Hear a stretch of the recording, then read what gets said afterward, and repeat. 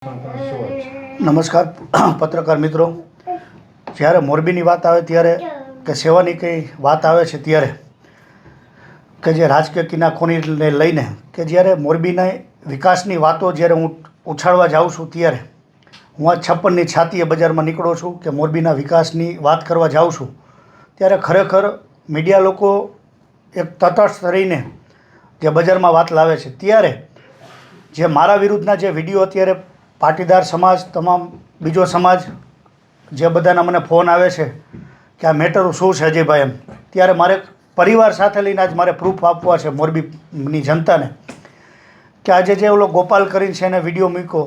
આજ મારા ગામની દીકરી છે, મારા રિલેટિવ પણ છે, એમની ઘરે 8 મહિનાની દીકરી છે, દીકરીના પપ્પા છે જંતીભાઈ, એમના કાકા છે, આઈ પણ 10 વર્ષ સરપંચ રહી ચૂક્યા છે વાઘપર ગામના, મારા જ ગામના છે અને આ 5 વર્ષ સરપંચ રહી ચૂક્યા છે.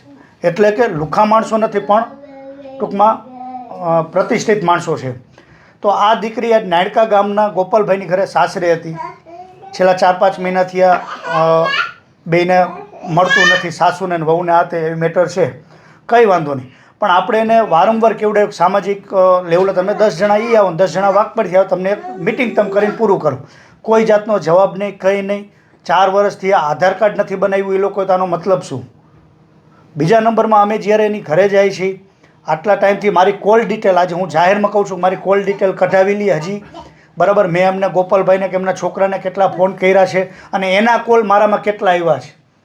મિડલમેનમાં જે કુંડારિયા સાહેબ છે, ગાળા ગામના કુંડારિયા સાહેબ જે જિલ્લા સંઘમાં એમડી હતા બરાબર, એ મિડલમેનમાં હતા. એ પણ કહે છે કે અજયભાઈ આ લોકો કોઈ નીચ નાલાયક માણસો છે, કંઈ જવાબ નથી દેતા.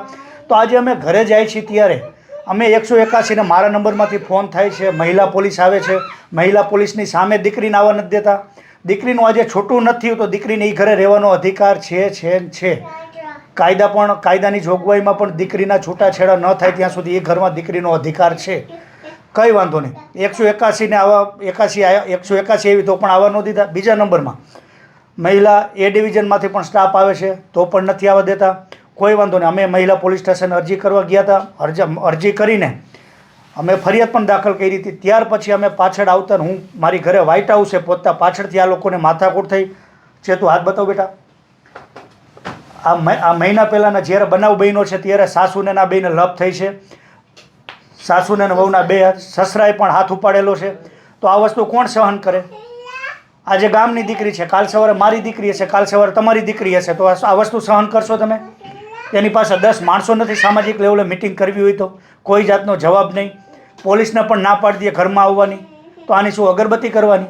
આનું કારણ શું હોઈ શકે? કારણ શું? કોઈ જાતનું. હું તો એ કહું છું કે આ લોકો ગોપાલભાઈની દીકરી જ્યાં સાસરે હતી ત્યાં પણ આ લોકોએ વેલ લીધી હતી. કેમ કે દીકરીનું આ છૂટું થાય છે તો કંઈ વાંધો નહીં, એના ભરણ પોષણ માટે.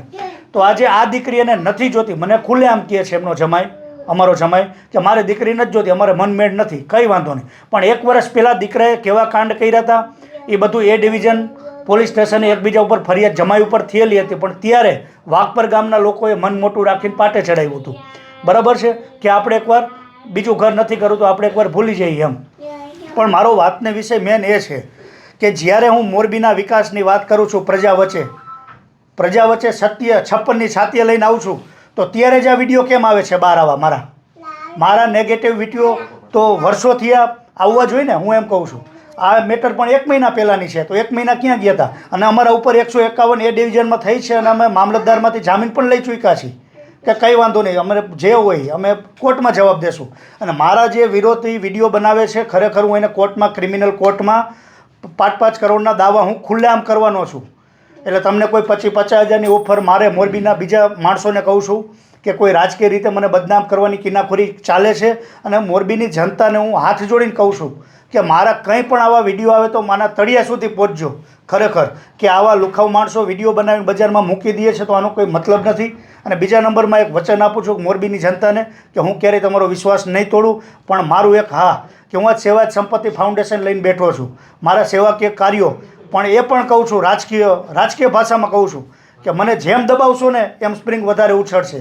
મારા જેમ ખરાબ વાતો થશે ને મને કામ કરવાની મજા આવશે. તમને એમ છે કે અત્યાર સુધીના બધા રાજકીય માણસોના ઘર સુધી તમે રસોડા સુધી ગયા છો તો આ માણસ દબાઈ જશે. હું દબાઈશ નહીં, પણ મારા સેવકીય કાર્યો દિવસે ને દિવસે વધતા જશે. બીજા નંબરમાં દીકરીના પપ્પાને પણ તમારે જે વાત કરવી કરી શકો છો, દીકરીને પણ પૂછી શકો આમાં જે છો. વિડીયો છે એ વિડીયોમાં તમારા વિશે શું કહે છે અને કોને આ વિડીયો વાયરલ કર્યો? વિડીયો આ કર્યો છે દીકરાના પપ્પા એટલે કે જંતીભાઈના વેવાએ કર્યો છે.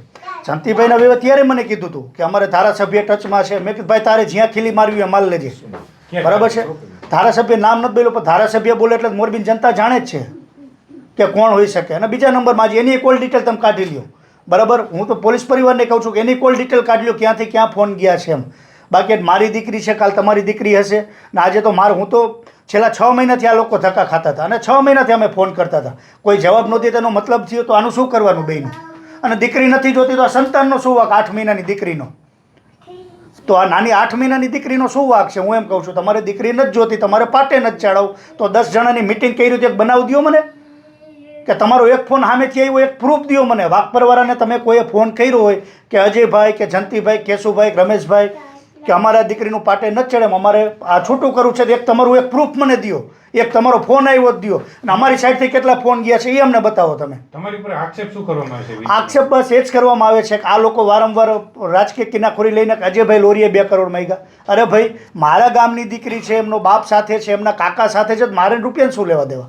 અને 2 કરોડ નામનો શબ્દ જો અજય લોરીયાના મોઢામાં નીકળ્યો તો એકવાર મને પ્રૂફ બતાવે તો કરવા તૈયાર છું. પણ આજ ખુલ્લી છાતીએ કહું છું કે ભવિષ્યમાં જો કદાચ આ રાજકીય ખીનાખોરી હશે તો મોરબી મિશન ઉપાડું છું 2025માં પહેલા જ મહિનાથી, કે મોરબીના વિકાસમાં 30 વર્ષમાં જે કામ થયા છે ને એ હું મારા અજય લોરીયા પેજમાં ખુલ્લેઆમ મૂકીશ અને ખુલ્લેઆમ લાઇક મળશે અને ખુલ્લેઆમ કોમેન્ટ મળશે. અને હા, ગયા વર્ષોમાં પણ મેં ખુલ્લેઆમ મોરબીની પ્રજા વચ્ચે હું પડ્યો છું અને મોરબીની પ્રજા માટે મારા પર કંઈ પણ પગલાં થશે તો મને કોઈ જાતની બીક નથી, કંઈ પણ હું કરવા તૈયાર છું મોરબીની પ્રજા માટે.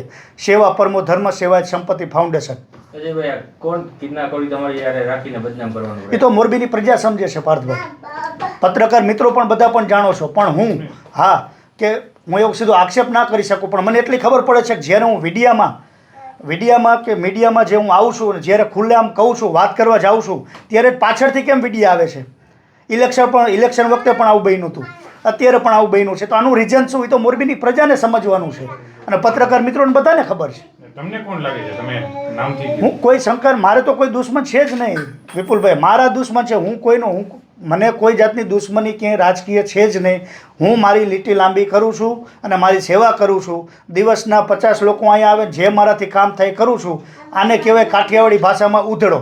આજ મારા ગામના છે, દીકરીની મેટરમાં કોઈ ન પડે રાજકીય માણસ આવી રીતે, પણ મને કોઈ જાતની બીક નથી, કેમ કે દીકરી સાચી છે, એનો બાપ સાચો છે ને એમના કાકા સાચા છે. છેલ્લા 8 મહિનાથી અમારી ઓફિસે ધક્કા ખાતા હતા તો પછી ફરજના ભાગરૂપે મારી એમની સાથે ઊભું રહેવું પડે.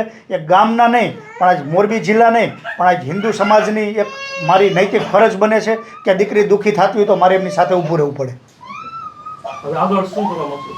આગળ કોઈ જાતનું નહીં, મારે મારી લીટી લાંબી કરવાની છે. પણ મારું એટલો સંદેશો ખરો કે મોરબીમાં જે રાજકીય કિનાખોરી ચાલુ છે, પણ આજ મારે ને ભાઈ તારે વાંધો છે તો ભાઈ મારી સામે આવી જા. દીકરીનો શું વાંક? આજ મને બદનામ કરવા માટે કોઈકની દીકરીનો જિંદગીનો ઉપયોગ કરવો પડે છે. આ દીકરી અને 8 મહિનાની દીકરીનો શું વાંક? કે આજ તમારી દીકરી સાથે એવું બને તો તમે શું કરશો? ત્યારે 2 વર્ષ મારું નામ જયંતિભાઈ, મારું ગામ વાઘપર. આ મારી દીકરી છે અને મારા વેવાઈએ વિડીયો જે ખોટો વાયરલ કર્યો છે એના વિશે હું જવાબ આપવા માગું છું. અમે 181 બોલાવીને મારી દીકરીને અમે ઘરે મૂકવા ગયા હતા. પછી એને દરવાજો ન ખોલ્યો, વળી પછી પોલીસ બોલાવી, 181 બોલાવી, એમાંય ન ખોલ્યો. તે મારી દીકરીના કપડાં લેવા માટે પછી મારા સને અને મારી દીકરીએ થઈને દરવાજાનું તાળું ખોલીને અંદર ગયા. તે એ મારવા જ માંડ્યા અને અજયભાઈ ત્યારે હાજર નહોતા. ને પછી મેં અજયભાઈને ફોન કર્યો, મેં કીધું અહીંયા આવો તો મારી દીકરીને મારે છે. એના સસરા, સાસુ ને એમની દીકરી. એટલે અજયભાઈ આવ્યા અને પછી અમારી બેબીને અમે હોસ્પિટલ લઈ ગયા. સિવિલ હોસ્પિટલમાં અમે દાખલ કરી 29 તારીખે અને તેથી જ 29 તારીખે અમે ફરિયાદ લખાવી અને એ એમ કહે છે કે 5 તારીખે ફરિયાદ લખાવી. અમે 29 બનાવના દિવસે સિવિલમાંથી જ લખાવી અમે. હવે બીજું આના સંદર્ભમાં હું બીજું કહેવા માગું છું કે આજથી 13 મહિના પહેલાં આ મારા જમાઈ રહ્યા એ લફરાકાંડના હિસાબે બીજી બાઈને લઈને ભાગી ગયેલા. બરાબર 2 વાર એના પતિએ એના વિરુદ્ધ એ ડિવિઝનમાં અરજી કરેલી. 2 વાર, 1 વાર નહીં 2 વાર. છતાંય આપણે મન મોટું રાખી અને બાપ દીકરો બે અજયભાઈ આગળ ધક્કા ખાતા, મારી પાસે ધક્કા ખાતા. મન મોટું રાખીને આપણે પાછું એની હારે સમાધાન કર્યું અને પાછા એના રસ્તે વહી ગયા અને મારી દીકરીને હેરાન કરવા માંડ્યા અને મારકૂટ કરીને મૂકી ગયા. અને બીજું, લગ્નનો ટોટલ ખર્ચો મેં આપ્યો છે. મારી પાસે બિલ છે પાર્ટી પ્લોટના, ઇવેન્ટવાળાના, કેટરર્સવાળાના, લાઇટવાળાના, જનરેટરના, ડીઝલના, બધા મારા નામના બિલ છે. ટોટલ ખર્ચો મેં 13 લાખ રૂપિયા મેં આપ્યો છે. મારી દીકરીનું 40 તોલા ઘરેણું એની પાસે પડ્યું છે. 2 મા દીકરીના કપડાં એની પાસે પડ્યા છે. અમારે આ વસ્તુમાં મિડલમેન એમના સાઠુભાઈ ડાક્ટર પ્રાણજીવન કુંડારિયા એ મિડલમેન છે, સગાઈમાં એ હતા. એમના થ્રુ મેં ફોન કર્યો. મેં કીધું બીજું કપડાં લતા ઘરેણા ન દે તો કાંઈ નહીં, પણ એક બેબીનું મને મમતા કાર્ડ દી. એને રસી મૂકવાનો ટાઈમ થઈ ગયો ન દીધું.